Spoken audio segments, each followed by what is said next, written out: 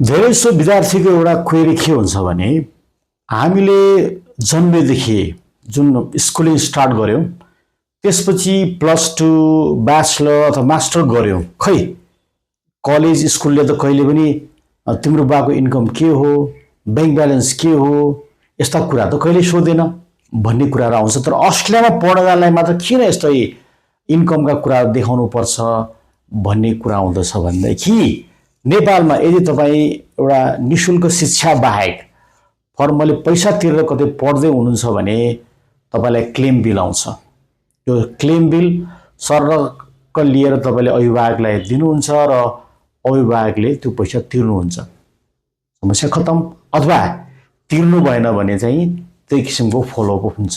तर अस्ट्रेलिया 7 समुद्र पारी छ। यहाँ तपाईले कुनै शुल्कहरू कलेजको फीहरू बुझाउन सक्नु भएन अथवा लिभिङ एक्सपेन्सेस त्यहाँ खाना लाउन बस्नको लागि तपाईलाई समस्या भयो।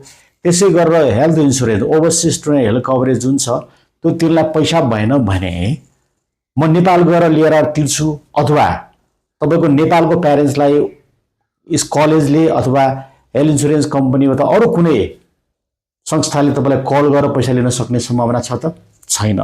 त्यसले गर्दाखेरि एडभान्समै एउटा निश्चित समयको लागि चाहिँ नि यो अघि नै भनेकै कुराहरू हैन कलेजको ट्युसन फी त्यसै गरेर ओभरसिज स्टुडेन्ट हेल्थ कभरेज त्यस्तै गरेर लिभिङ एक्सपेन्सको कुराहरू चाहिँ नि पहिले नै एरेन्ज गर्नुपर्ने कारण चाहिँ यो हो।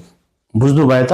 यस्तै महत्त्वपूर्ण जानकारीको लागि गुडविल कन्सल्टका सामाजिक सञ्जालहरू फेसबुक, टिकटक, युट्युब लगायतलाई फलो गर्नुहोला।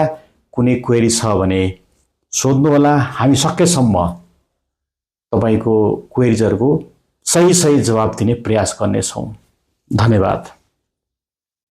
Goodwill Consult, Education and Migration Consultant.